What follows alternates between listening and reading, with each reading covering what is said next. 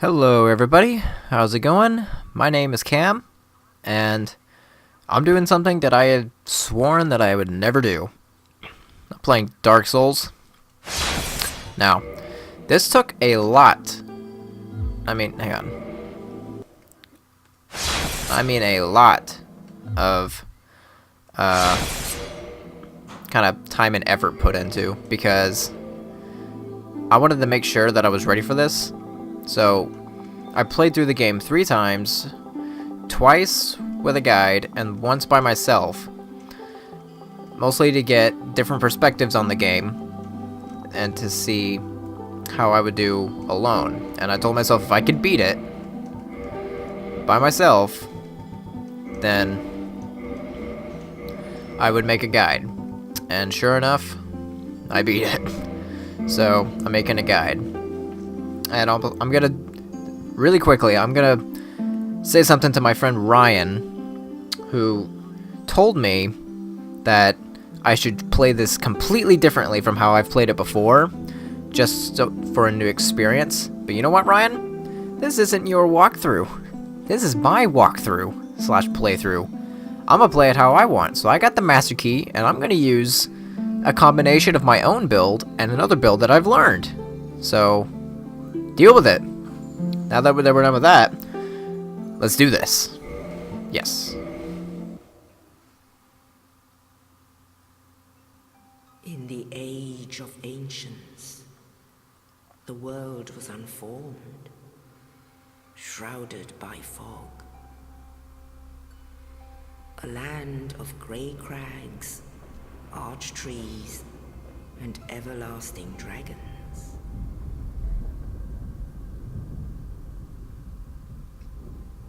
But then there was fire, and with fire came disparity. Heat and cold, life and death, and of course, light and dark.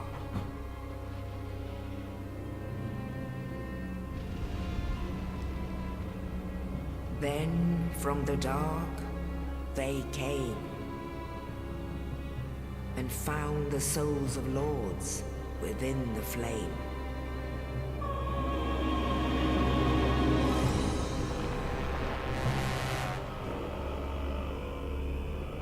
Nito, the first of the dead.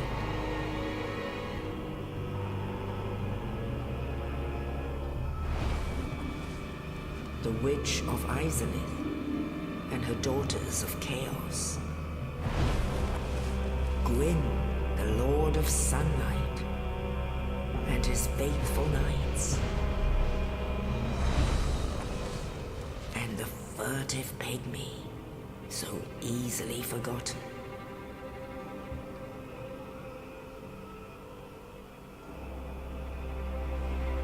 With the strength of lords, they challenged the dragons. Gwyn's mighty bolts peeled apart their stone skins. The witches weaved great firestorms. Nito unleashed a miasma of death and disease. And Seath, the Scaleless, betrayed his own, and the dragons were no more.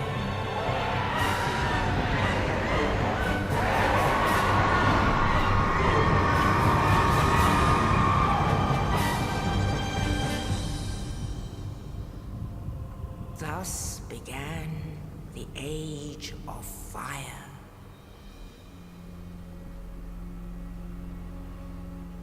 But soon the flames will fade, and only dark will remain.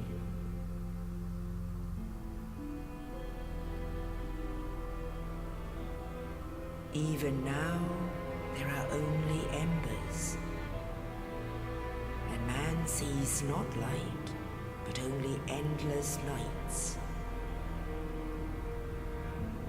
And amongst the living are seen carriers of the accursed dark sign.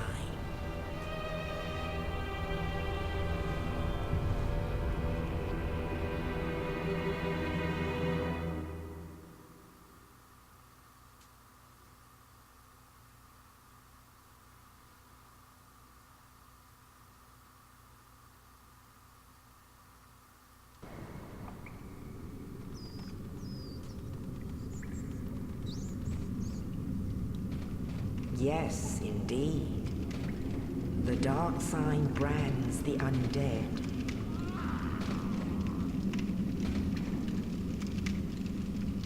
And in this land, the undead are corralled and led to the north.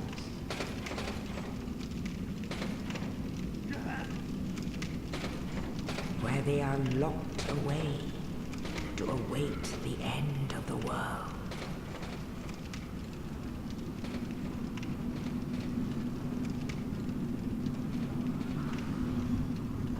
This is your fate.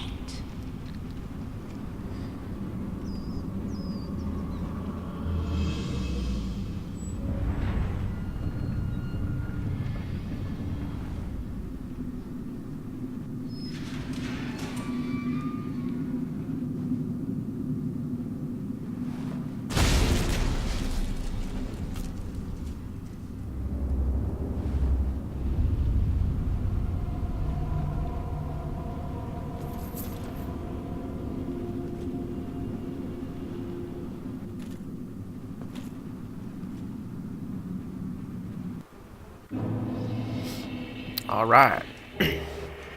Let's get out of here.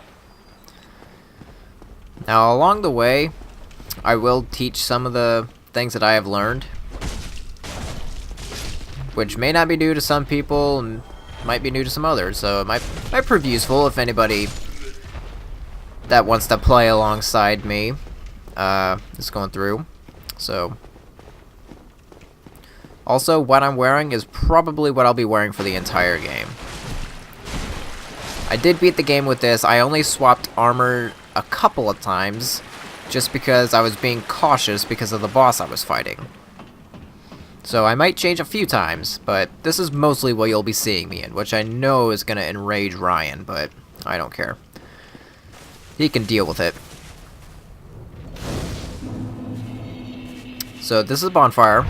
If you're new to the series, which if you've watched any of my videos, you shouldn't be, they're basically checkpoints.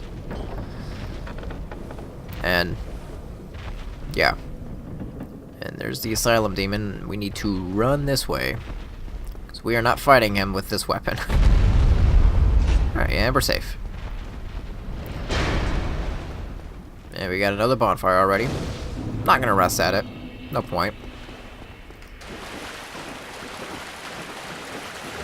And here we got our heater shield.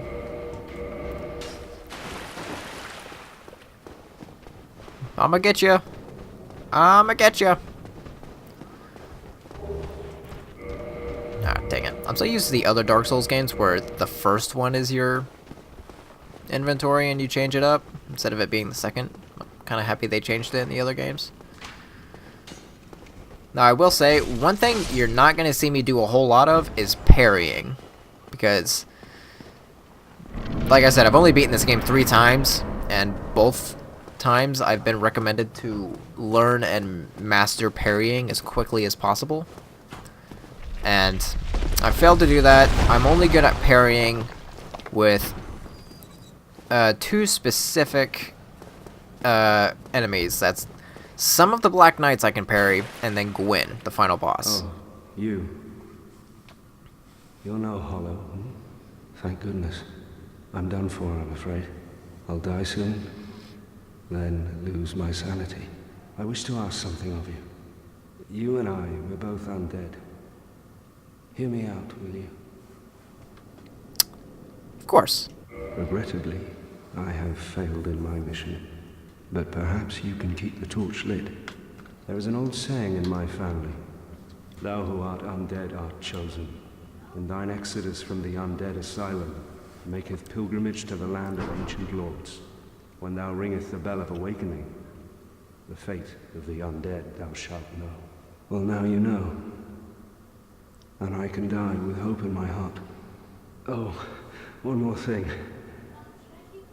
Here, take this. An Estus flask. An undead favorite. Thank you. Oh, and this. Thank you again. Now I must bid farewell. I would hate to harm you after death. So go now. And thank you. No problem. Alright, so he dies. But we'll be back later. We'll see him again. So, no need to be sad for dear old Oscar. Okay.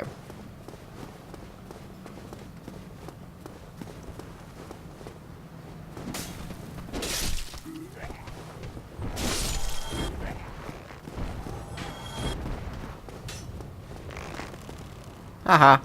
Backstab. You'll see me do a lot of backstab in this game. It's the one thing in these games that I'm truly good at is backstabbing. So I've done it a lot. If you've seen my other... Oh gosh. You're alive. You're still alive. If you've seen my other playthroughs, you know I'm rather good at backstabbing. Alright. Get plunge attacked!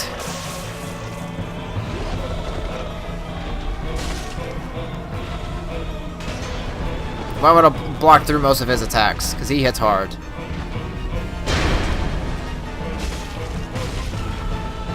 Try and stay behind him.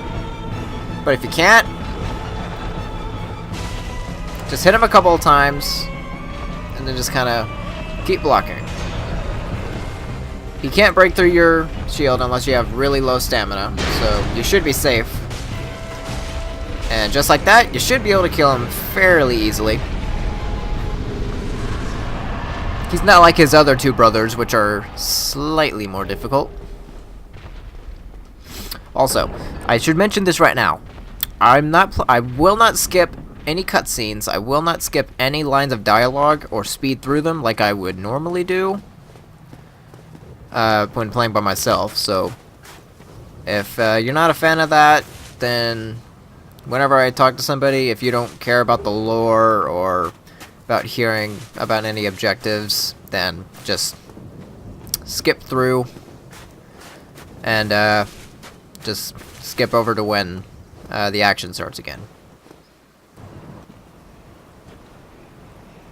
Just wanted to let y'all know. In the ancient legends, it is stated that one day an undead shall meet.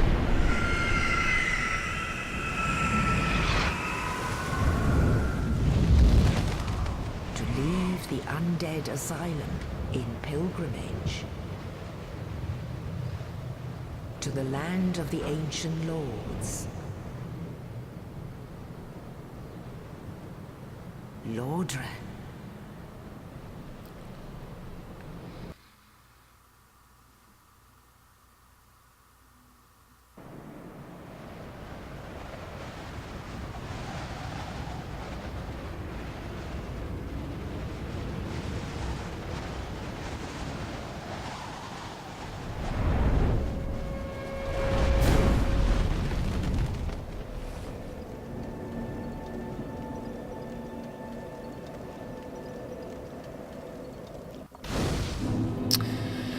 Welcome to Firelink Shrine.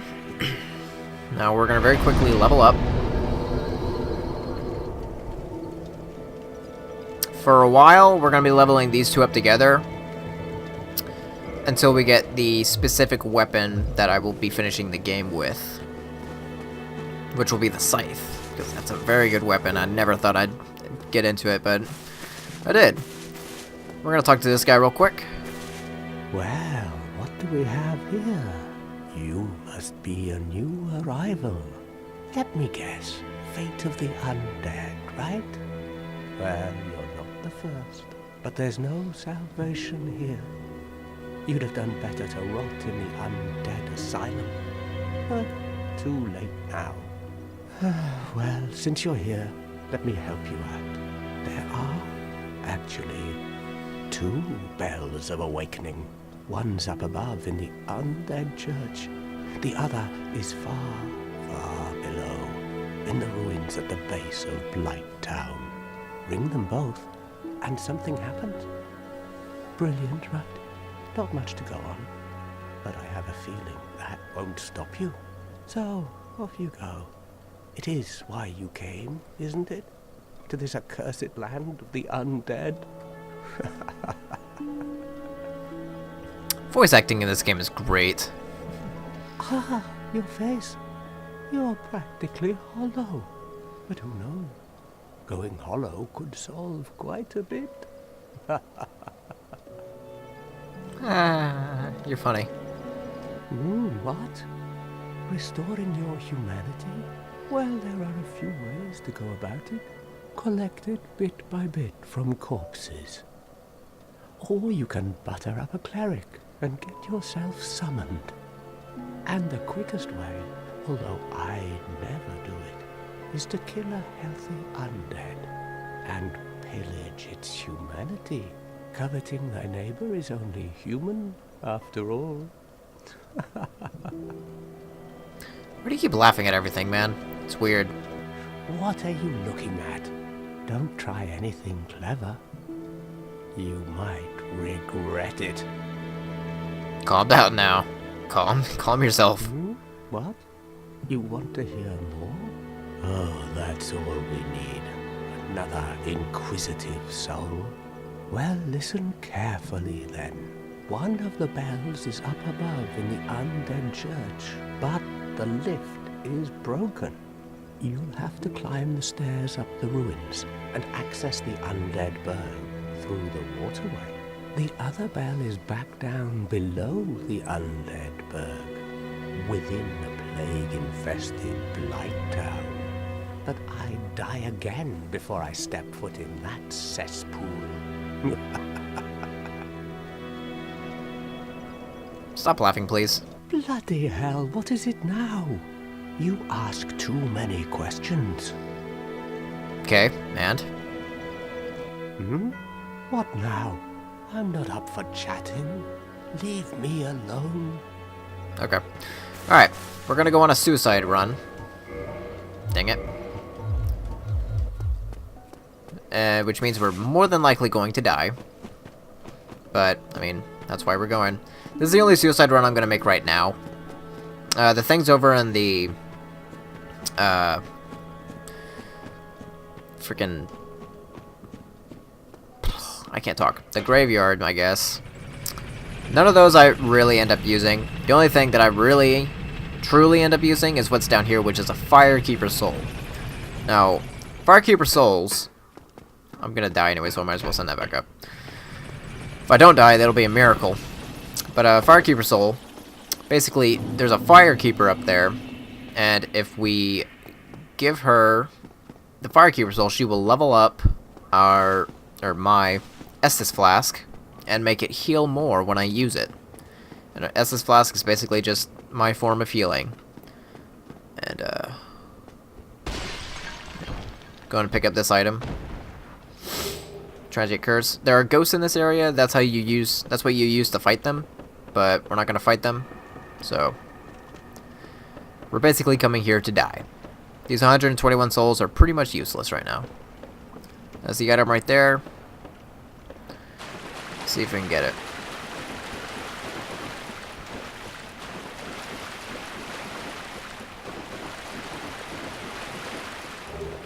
I want to try and see if I can make it out. Nope. Dang it. I have made it out of that once before. Though it's rare that it actually happens. So...